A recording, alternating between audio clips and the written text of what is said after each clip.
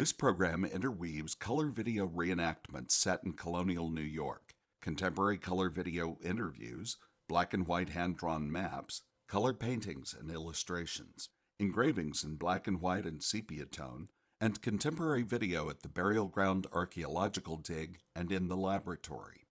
In representations of colonial New York, the African women wear wrapped headscarves, full blouses and skirts to ankle length, often with aprons and shawls. The African men wear loose-fitting shirts and pants, sometimes with vests and hats of straw or felt. Colonial women wear gathered caps and dresses with fitted bodices and full skirts. Colonial men wear wigs with ponytails, fitted jackets, and knee breeches and white stockings. The contemporary interview subjects are 7 women and 7 men, all people of African descent. Sometimes they appear on screen, and other times their voices are heard while other images are visible. Black screen, white title, Our Time at Last, narrated by James McDaniel. Soon a grassy clearing surrounded by green trees. A bare-chested African man wearing a straw hat and loose light gray pants stands in a shallow rectangular grave, digging with a shovel. In the 1700s, Africans enslaved in New York dug graves to bury their dead. Here, in the ground, directly beneath us. Christopher Moore. Basically, we've got a cemetery that's on the south shore of a lake, a very hilly property, actually 25 feet below Broadway, the surface that you're walking on today. Early black and white map. English maps of the time labeled the graveyard the Negro's burial ground. But to those who used it, it had a more relevant name. They called it the African burial ground. Every opportunity they had to say the name Africa with respect, they used it. Burial scene. It also shows community in the building and this creation of this community that's essential to these folks and essential to African people today. Africans recognized, their Africanness, and celebrated it and honored it. Dr. Warren R. Perry. And there's no better place, a more important, more sacred place to do that, but in a burial ground. Wooden walls, sharp pickets. The burial ground was located north of a fortress-like wooden wall that enslaved people were forced to build. Slaves were the primary laborers for the colony. The Lenape, Native Americans, were the first inhabitants with their farms and homes and trails, and the Africans were the next major labor force. Early map of Broadway. These are the people who built Broadway. They built the wall. From Albany to Argentina, this is the story of how African labor helped to shape the Americas, the Caribbean.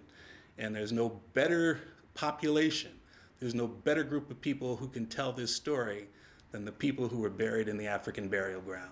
African man and woman, loads on their heads. Although their lives were harshly controlled, Africans in New York actively resisted enslavement. Dr. Thomas J. Davis. The essence of slavery was a brutality to the soul and to the mind. It was a basic deprivation of humanity. Now, the fact that that was imposed on people doesn't mean that they accepted that. Those who were enslaved, at every possible moment, sought to give voice, give action to their humanity, to show forth their humanness, to reach out to the humanity of others. The burial ground became a place where enslaved Africans expressed compassion for one another and buried their dead with respect. Dr. Michael Blakey. No other species of animal buries its dead. We, human beings, are partly defined by the act of treating our dead in a special way. One could no more deny those Africans in New York the burial of their dead than deny them the right to speak, to stand and walk erect on 2 legs, to use tools, to be human. The sweating gravedigger removes his hat and pours water over his head. The African burial ground was also a place of peace and rest. But rest was an elusive state for enslaved New Yorkers. Their lives were dominated by work. On a brick sidewalk, a barefooted 8-year-old African girl operates a wooden plunger-type butter churn. Then Faith Davis roughens. It's a world of work. Slavery is about work. Many ordinary people think of slavery primarily about violence. Violence did enforce the limits of slavery, but slavery was about work, and all children were expected to work. Dr. Edna Greene, Medford. As soon as a child could pick up a broom and sweep, that child became valuable. As soon as a child could run errands, and they did at a fairly early age, they became valuable to the owner. One of the things that slavery did was to cut childhood short. Very few slaves had any childhood. As soon as they were able to fetch, they were at work. Young African woman. Amelia. The kitchen. 2 colonial girls play young African woman So within works. a household, you might have a woman and her children, of course, within the household of her owner. And that woman is expected to labor throughout the day and the night as well for her owner and for the owner's family, so she's taking care of his children. Parents fought to keep their children protected and near, but enslaved children had to grow up fast. On this sad day, Amelia is sent on an important errand. Her father has died. Her mother gives her a keepsake to take to the elder, who is preparing her father for burial. The woman hands Amelia, the churning girl, a long, narrow bundle of striped cloth. Next, Amelia walks outside, sharing a dirt road with adult men and women, working Africans, and well-dressed colonials. This is not the first time Amelia has walked alone through town, but each time she does, she sees other Africans living within the confines of slavery. One of the most important things, I think, to see about that world is that it was a small world. Manhattan is a small place at that time. It's an urban setting, but of course it's a small urban setting. The second thing that I would say about their lives is that they were very diverse people. They came from West and Central Africa, from various different cultures within the continent of Africa. They came from the Caribbean. She would have seen people at work. She herself was working. She is seeing the city grow. I just believe that this burial ground is so important to understand the enslavement of millions of Africans, because we're not often thinking of enslaved Africans being the ones who are clearing the land. They're the colony builders. If there's a word that should be synonymous with slave, it's colony builders, because that's what they're doing in New York. Howard Dodson. African people laid the foundations for virtually everything that we know about the Americas during the 17th and 18th centuries. The burial ground for Africans was closed in 1795, nearly 20 years after the signing of the Declaration of Independence. The graveyard became a landfill, all but forgotten under the buildup of Lower Manhattan. Then, graves were discovered in 1991. TV newscast. It's a graveyard right in the heart of downtown, and it's already surprising some historians. Jeff Weiser has more in this exclusive report. While government officials have withheld comment and have sealed the site from the public, Fox News has learned that archaeologists have discovered a historic site at this location at 290 Broadway, where a federal office building is scheduled to be built between Duane and Reed Streets. Emilyn Brown. The first time that I heard about it was, well, actually, I read about it. There was a news blurb. It was an announcement that this had been a cemetery for enslaved people. Dr. Cheryl There D. were Wilson. people who have said to me, I've always had a feeling that there was something special about this area, but I didn't know what it was. And this rediscovery tells me that this was a place where I belonged and I had a history here. Reverend Dr. Herbert Daughtry. There, went down into the burial ground, and what I saw overwhelmed me, and I still feel a certain emotional trauma. Miriam Francis. What did bother me was knowing that they were African people who had been allowed to lay in the ground all of these years, and buildings were put on top of them. Elder Adunni Tabasi. The Africans, see, they rose for a reason. It didn't just happen. It was time for them to surface, because it's time for us to move back to the center stage. It's time for us to claim and take back who we are. A town meeting. As news of the burial ground spread, the African American community expressed concern about the human remains being unearthed. I think those of us who gathered there in that period felt shut out of something that we felt we should have been a part of. Outrage and disgust arose from the cavalier manner that GSA administrators sought to treat the unearthing of the remains. A meeting room. How will the government then acknowledge the fact that this was a cemetery? The 2 points that the community has requested that I cannot satisfy is a matter The outpouring of very deep emotions, which may have been underlaying or hidden within people for decades. Street marches and outdoor gatherings. Community members staged numerous protests against the building's construction. For many, this struggle echoed the experiences of their enslaved ancestors. When we think of resistance, we need to look at all of those various forms. We need to look at cultural resistance as well. I think the fact that people are insistent on retaining their culture is a form of resistance. That's an African characteristic. That's an African cultural retention. And it was very important for Africans to assert and reaffirm their humanity to themselves and to one another. And so their struggle for the cemetery is a struggle for human rights in the most fundamental way. Hearing room, GSA I want official. to assure all those gathered here that GSA has the greatest sensitivity to both the historic significance of the site. Governor David Paterson. I think that was best crystallized by the statement of former Mayor David Dinkins when he said, "This is our Ellis Island."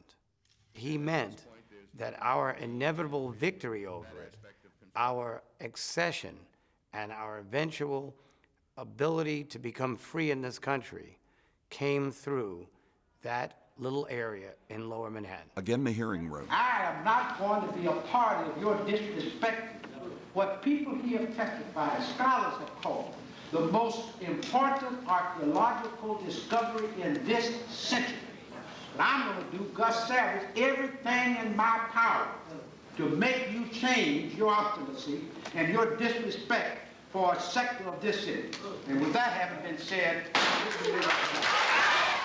In time, a compromise was struck. The government would finish its construction, but adjacent to the building, a memorial would be built where the graves were first discovered.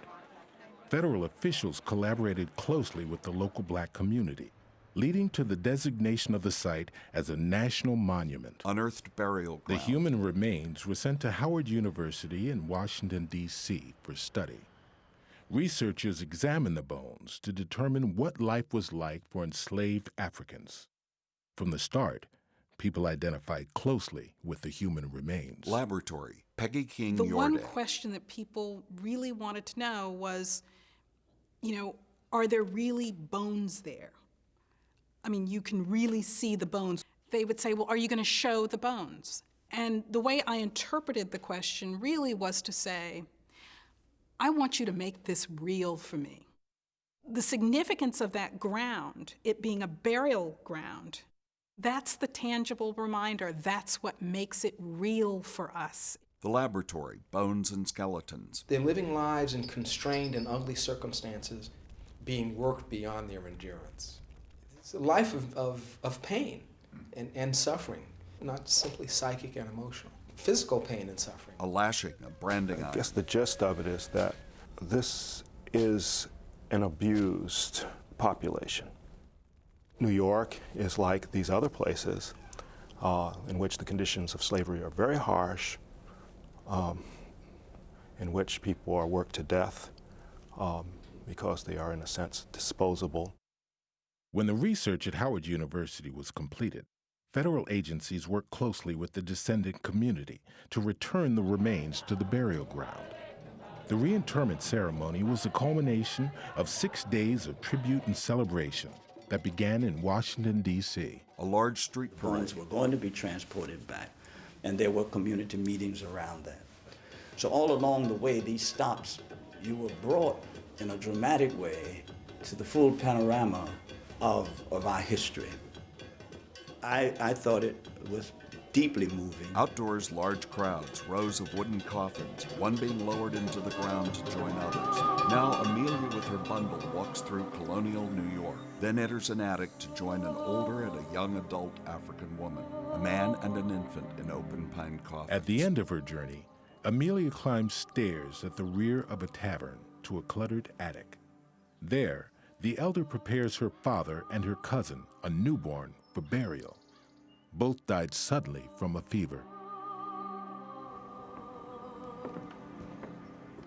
The elder woman approaches Amelia, caresses her face, takes the bundle,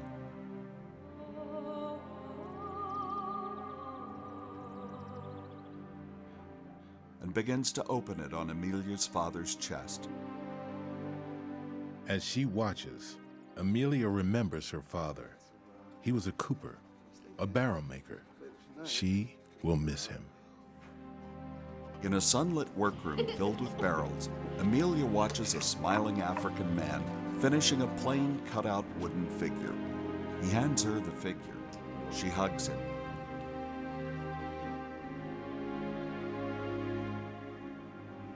He kisses her forehead. She turns the figure over in her hands and holds it close to her chest. Soon, the attic again. Amelia watches the two women cross her father's hands over his chest and then fold the coffin's plain cloth lining over his body. Next, an overcast day. Oxen pull an open wagon bearing a coffin, followed by Amelia and her mother and 14 African men, women, and children to a graveside. Late in the afternoon, Amelia's mother fetches her for the procession to the burial ground. Though authorities forbade burials after dark, mourners often ignored the rules to make sure their loved ones were properly buried. I don't think that anyone knows for sure exactly what's happening in the burial, but we do know there's some solemnity to it. There's also some celebration. The elder woman. Ago. Amen. Ago. Amen. Ago. Amen. I am here today. Are you here today? Are you here today? We are here today to give thanks for the life of Kwame John and to this newborn girl, Efua, whose life had barely begun. Do you hear me? Yes. Do you hear me? Yes. Ancestors, we are here today to give thanks for the gift of life. We are here today to give thanks for both of their lives. And thank you for all of our blessings. Our beloved Kwame is with you now, ancestors. Now, it is time for us to remember. I want the family to remember. I remember. Do you remember Kwame? Yes. Do you remember Kwame? Amelia's I mother. remember Kwame. Kwame was my husband. He was a father. Kwame was a good man. I remember Kwame. I remember how strong he was. Such strength before the sickness cut him low. Amelia's mother touches the coffin. We must leave. You are an ancestor now. Guide us and protect us. Share your strength with us. We will call upon you. Amelia lays the cut-out wooden figure on the coffin. Supported by a man, a woman lays a gold ring on the smallest coffin.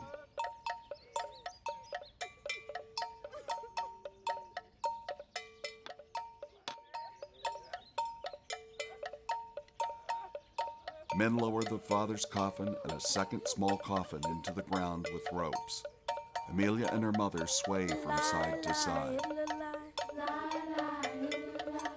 I think every African American wonders where our roots were.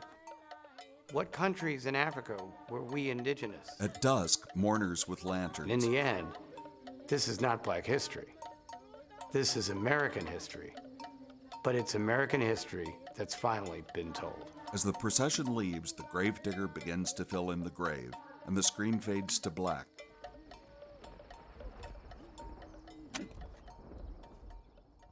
Credits appear.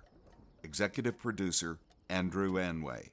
Producer-director, Madison Davis Lacey. Co-producer, Maya Harris. This film was produced and directed by Amaze Design and Firethorn Productions for the National Park Service. Funding provided by General Services Administration. National Park Service, U.S. Department of the Interior. Audio description by Audio Description Solutions, New Oxford, Pennsylvania. The descriptions were written and read by William V. Paterson.